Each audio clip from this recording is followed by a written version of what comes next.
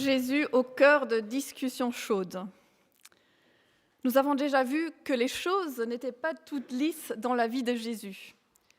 Qui il est, ce qu'il dit, interroge, relève, étonne, met en mouvement et scandalise parfois. Dans ce chapitre 19 de l'évangile de Matthieu, il y a plusieurs personnes qui viennent à Jésus. Ce n'est pas Jésus qui va provoquer ces discussions chaudes. Et ces personnes viennent à lui avec des motivations différentes, avec des a priori différents. Mais elles ont une chose en commun, elles viennent avec des questions. Toutes, à part les enfants, mais écoutons plutôt le texte. Je vous présente le narrateur en la personne d'Égide. Claude nous lira les paroles de Jésus. Éric prêtera sa voix aux pharisiens qui sont appelés dans ce texte les séparés.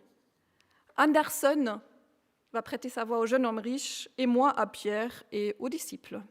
Venez et écoutons ce texte.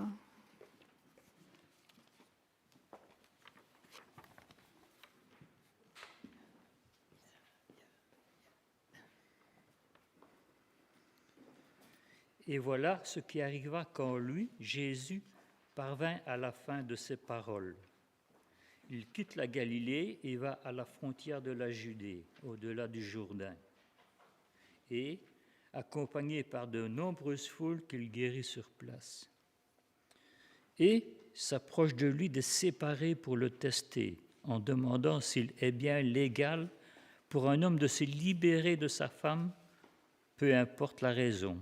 Il répond en disant : Vous n'avez donc pas appris que le Créateur, à l'origine, les a fait mâles et femelles ?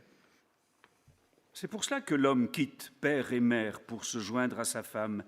Et oui, ils seront deux en une seule chair. Ils ne sont plus deux, mais bien une seule chair. Ainsi, ce que Dieu assemble, l'humanité ne peut pas le séparer. Mais alors, pourquoi Moïse a-t-il formulé le commandement de donner un rouleau de séparation en cas de répudiation ? Mais enfin, c'est en raison de votre cœur coriace que Moïse a rendu possible de vous libérer de vos femmes, bien que pour l'origine, ce ne l'était pas. Et aujourd'hui, je vous dis, celui qui se libère de sa femme pour une autre raison que l'infidélité et épouse une autre femme, celui-là commet une infidélité. Si c'est bien le risque qu'un homme prend avec une femme, il vaut mieux ne pas se marier. Tous n'ont pas, eux, la place pour cette parole, mais à certains, elle est donnée. Alors, on lui apporte des petits-enfants pour qu'il leur impose les mains et prie pour eux.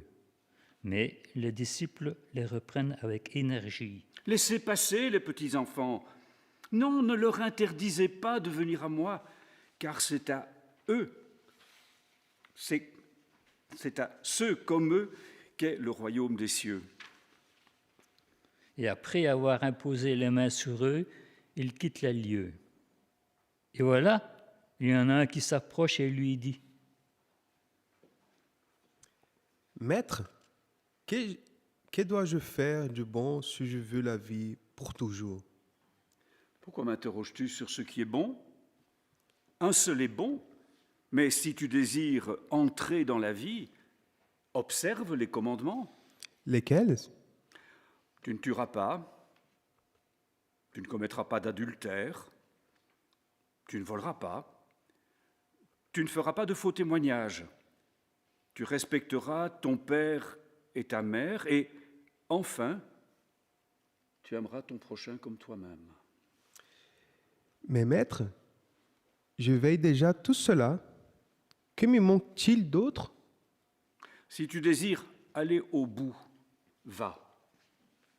Vends tout ce que tu as, corps et biens, et donne-le aux pauvres, et tu auras un trésor dans le ciel. Et puis, viens, accompagne-moi. Oh, le jeune homme entend la parole, mais s'en va, dans immense détresse. Ses biens étaient considérables. Ah, croyez en ma parole, le riche aura du mal à entrer dans le règne des cieux. Je vous dis même, il est plus facile à un chameau de passer par le chat d'une aiguille qu'à un riche d'entrer dans le royaume de Dieu. Mais alors, qui sera libéré? L'humanité ne le peut pas. Seul Dieu le peut. Et c'est à Pierre de lui répondre, Ô voix, nous avons tout renvoyé pour t'accompagner. Qu'en sera-t-il de nous alors? Ah, croyez en ma parole. Quand tout sera régénéré, le Fils de l'homme prendra place sur son siège de lumière. Et vous qui m'avez suivi dans le retour à la vie, vous serez vous aussi sur 12 trônes pour gouverner les 12 tribus d'Israël. Et celui qui aura renvoyé maison, et frères, et sœurs, et pères, et mères, femmes et enfants, et champs, et qui l'aura fait à cause de moi, recevra au centuple et héritera de la vie à jamais. Mais beaucoup de premiers seront derniers, et de derniers premiers.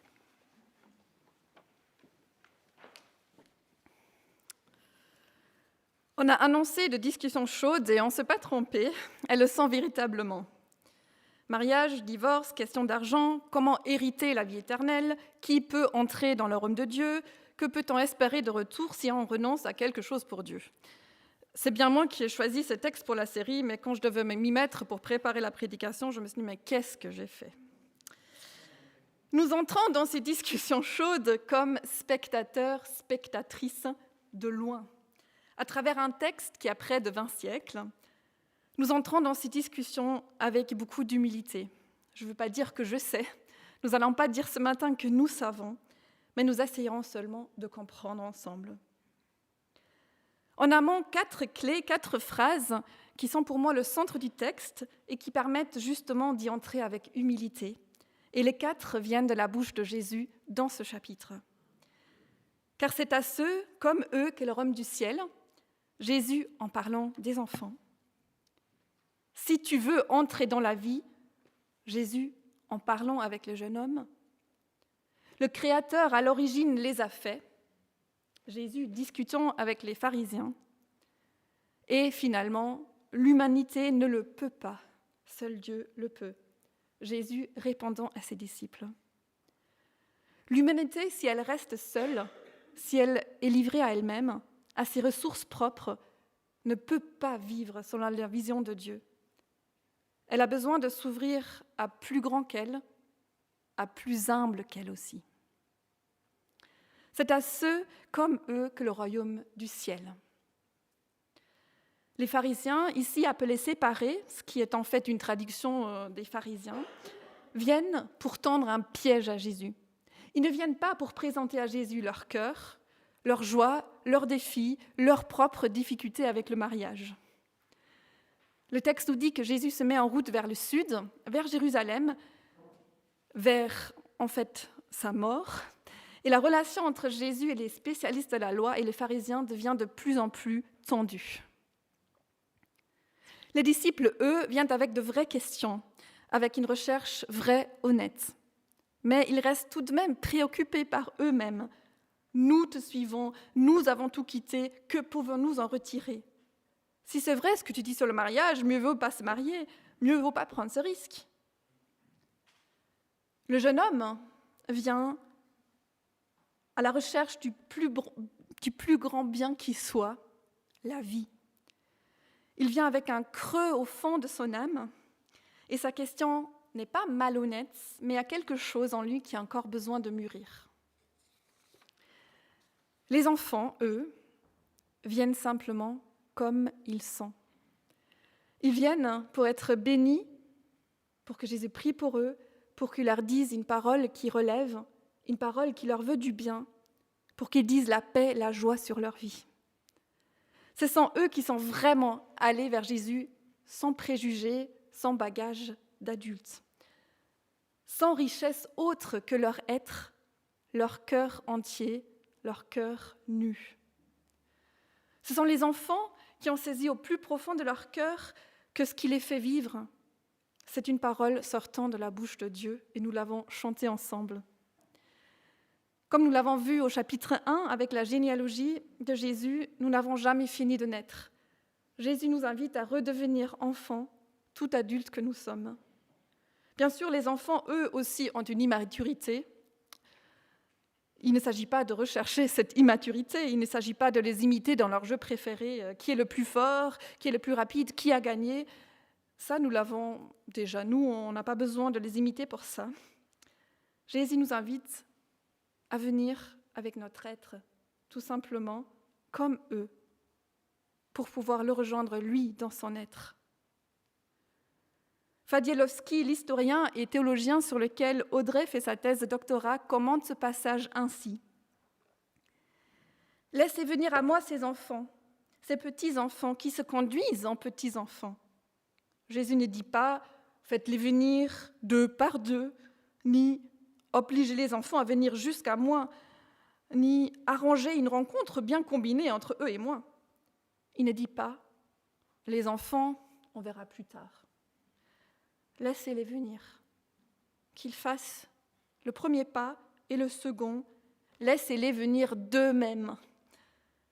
J'entends souvent cette phrase en ce moment, « moi faire ». C'est ma fille de 2 ans qui me dit « moi faire ». Oui, laissez-les venir d'eux-mêmes, car c'est à ceux comme eux que le royaume du ciel. Ceux qui viennent avec leur être. Si tu veux entrer dans la vie.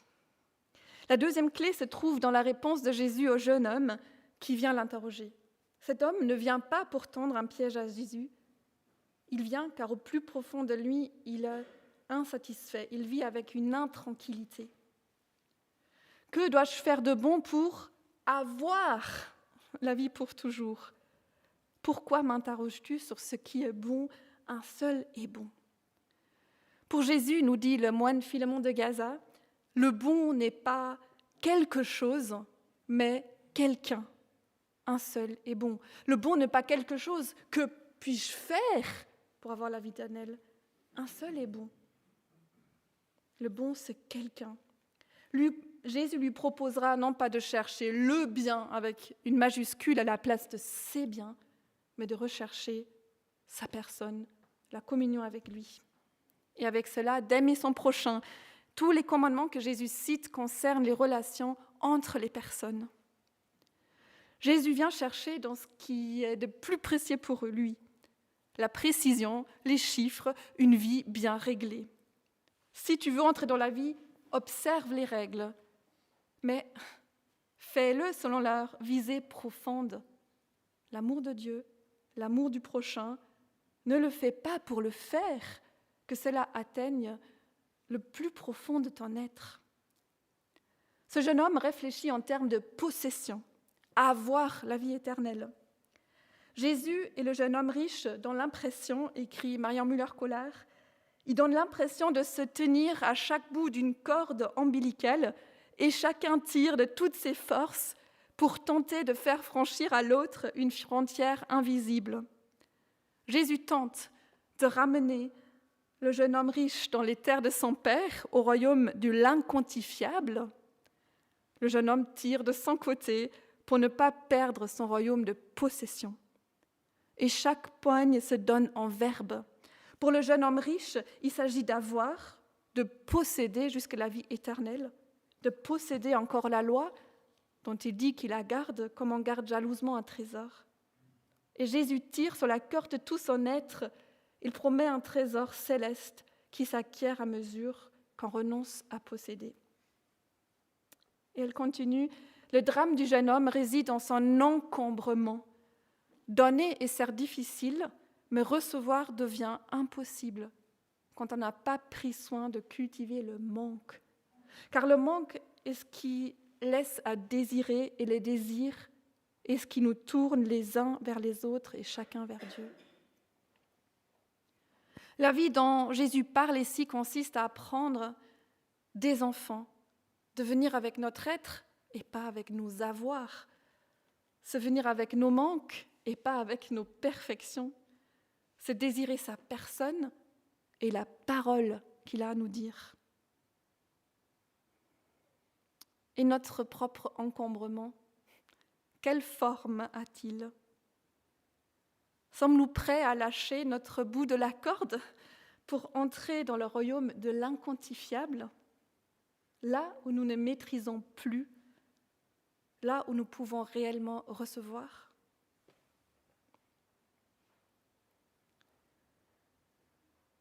Le Créateur, à l'origine, les a faits. On pose une question piège à Jésus, on veut le faire tomber, on veut lui attirer des ennuis. Est-il bien légal, est-il permis pour un homme de se libérer de sa femme, peu importe la raison ? Et que fait Jésus ? Il parle du cœur de Dieu, de son amour pour l'humanité, de la visée profonde de sa volonté. Il remonte loin, loin avant le don de la loi. Il remonte à la source de la loi, comme l'exprime encore Marianne Müller-Collard, le Créateur à l'origine. À l'époque, il y avait réellement des discussions entre rabbins sur les raisons valables de se libérer de sa femme ou, plus violemment, de la renvoyer. C'était un sujet chaud. Il y avait 2 courants principaux qui divergeaient dans leur interprétation d'un verset du Deutéronome. Il y avait le rabbin Hillel qui admettait le divorce pour n'importe quel motif, donc ça pouvait même être un repas brûlé. Et pour l'autre courant, c'est le rabbi Shammai, il fallait un motif beaucoup plus grave, une inconduite grave, une infidélité. Il y avait encore un autre rabbi du nom de Akiba qui pense qu'un homme peut même renvoyer sa femme s'il trouve une autre plus belle. Jésus ne commence pas par prendre position entre ces rabbins. Si on regarde à l'ensemble du chapitre, Jésus dit en quelque sorte aux pharisiens, « Votre question tombe à côté. Ne trouvez-vous pas ? Il ne s'agit pas de vos droits, de ce qui est permis de faire ou pas, il s'agit de bien d'autres choses. » La question du mariage, du divorce, est une question bien délicate, un sujet qui renferme des blessures profondes dans nos vies, dans la vôtre, dans la mienne, si ce n'est pas personnellement, du moins dans nos familles et parmi nos amis. Et je ne voudrais surtout pas ajouter des blessures à celles qui sont déjà là. Si jamais cela devait être le cas, venez m'en parler, s'il vous plaît, à la fin. Ce texte de Matthieu nous rappelle que nous vivons dans ce monde, qui n'est pas un monde parfait, qui n'est pas le meilleur des mondes possibles, et dans la vie, il y a des situations terribles, et je l'ai vu dans ma propre famille. Le mariage et son maintien ne sont pas la solution à tout. Ce texte nous rappelle, à nous tous et toutes, que nous avons bien souvent du mal à vivre selon la visée profonde de Dieu, de ce que lui voulait le Créateur. Jésus semble dire « Je sais bien que les séparations existent, mais ce n'est pas pour autant qu'une lettre de divorce est un privilège, elle est une concession pour vivre au mieux, une réalité douloureuse qui est là comme un fait accompli. Cette réalité-là, il faut bien en tenir compte. Mais ça ne peut pas être un prétexte pour ne pas vivre au mieux de tout votre cœur, de toute votre force, ce que vous avez à vivre, que vous soyez marié ou non. Ce n'est pas un prétexte pour ne pas regarder à Dieu, à ce que lui souhaite pour l'humanité, mais tout ne dépend pas de nous. Remarquons que la question est posée du point de vue des hommes qui avaient l'avantage, qui avaient le pouvoir. Dans la société patriarcale de l'époque, ils étaient les seuls à pouvoir donner une lettre de divorce. Les femmes n'en avaient pas le droit. Pour qu'un divorce ait lieu, il ne fallait pas passer au tribunal, il suffisait de donner une lettre de répudiation à sa femme qui se trouvait du coup dans une grande précarité, dans une situation qu'elle n'avait pas forcément choisie. Et Jésus rafraîchit la mémoire de ses interlocuteurs. Si Moïse a permis aux hommes de donner une lettre de divorce à leur femme, c'était à cause de votre cœur et non pas à cause de l'intention de Dieu. Les pharisiens semblent ici s'attacher à leur privilège au lieu de demander « Comment pouvons-nous faire pour vivre ensemble ? Comment prendre en compte mon cœur coriace ?» J'ai aimé cette traduction, le cœur coriace. Ce cœur, suis-je prêt à l'exposer à la lumière de Dieu, à ses soins, à ses exhortations ? Ce que je trouve surtout extraordinaire dans ce texte, c'est la compassion de Dieu. Il s'adapte à la situation de l'humanité, mais toujours en prenant soin des plus vulnérables. En recevant une lettre de divorce, une femme avait la preuve en main qu'elle était libérée de l'union avec son mari. Elle pouvait ensuite se remarier, ce qui à l'époque était bien souvent son seul moyen de subsistance. J'adhère pleinement à ce qu'écrit avec tellement d'amour et de sagesse l'écrivaine Christine Singer dans son livre « Éloge du mariage, de l'engagement et autres folies », où elle plaide pour revaloriser l'engagement, qui est si peu à la mode, et ce livre date déjà de 2000, donc il a déjà 26 ans. Mais elle écrit « Je n'ignore pas que certaines unions sont des débâcles, des terres brûlées, des no man's land, et que chaque histoire a une unicité devant laquelle il faut s'incliner. Chaque histoire est à respecter. Chaque histoire est comme une terre sainte, et nous devons enlever nos chaussures avant d'y entrer. Il peut même advenir que le courage de la rupture soit le geste salvateur. Ce que je tente d'exprimer est autre chose encore. Les épreuves ne sont pas en mariage le signe qu'il faut clore l'aventure, mais souvent, bien au contraire, qu'il devient passionnant de la poursuivre. J'ai aimé cet équilibre qu'elle avait pour dire oui, il y a des histoires terribles, il y a des histoires, des unions qui, la meilleure solution, le geste salvateur, c'est la rupture. Mais il y a d'autres situations où les épreuves sont signes qu'il faut poursuivre. Chaque histoire est différente. Finalement, c'est comme si Jésus disait à ceux qui venaient à lui pour tendre un piège, une question plus adaptée ne serait-elle pas plutôt comment prendre soin des plus vulnérables que nous? Comment faire pour que votre mariage survive à l'usure de la vie de tous les jours, aux incompréhensions, aux crises de la vie commune qui seront là presque inévitablement à un moment ou d'un autre? Mais comment, quelle que soit votre situation, comment faire pour nous approcher du cœur de Dieu dans ce qui est aujourd'hui ma situation? Jésus nous rappelle à la fois le sérieux de l'engagement et semble en même temps nous poser une question qui vaut pour chacun. Où est ton cœur? Ton cœur, parfois coriace, où est-il aujourd'hui? L'humanité ne le peut, seul Dieu le peut. Même les amis de Jésus trouvent ces paroles exigeantes et réagissent d'une manière radicale. Mieux vaut ne pas se marier alors. Hein? Oui, c'est si difficile de prendre soin au lieu de garder un privilège, au lieu de se faire servir, et je pense que nous l'avons tous déjà remarqué dans nos vies, au lieu de garder tous les cartes en main pour pouvoir les jouer quand ça nous arrange. Eux, qui ont déjà tout quitté, se rendent compte, en même temps que le jeune homme riche, combien c'est exigeant de choisir d'être au lieu d'avoir. Il y a cette traduction qui parle d'une violente panique. En entendant cela, les disciples sont pris d'une violente panique et demandent « Mais alors, qui sera libéré ?» C'est vraiment une panique. Cette question les traverse avec violence. Elle sort de leurs entrailles, elle les touche au fond, comme s'ils étaient en train de comprendre. Personne ne peut entrer dans le royaume des cieux par ses propres forces. Il n'y a qu'un seul qui libère l'humanité, c'est Jésus le Christ. Et le théologien et pasteur allemand Helmut Gollwitzer exprime cela d'une manière qui m'a semblé très juste. L'accès au royaume se révèle soudain pour tous, aussi étroit que pour ces riches, dont parle Jésus dans sa parabole. C'est dans sa venue que l'impossible des hommes devient le possible divin. C'est dans sa venue que l'impossible des hommes devient le possible divin. Nos cœurs coriaces ne font pas peur à Dieu. Il sait y faire.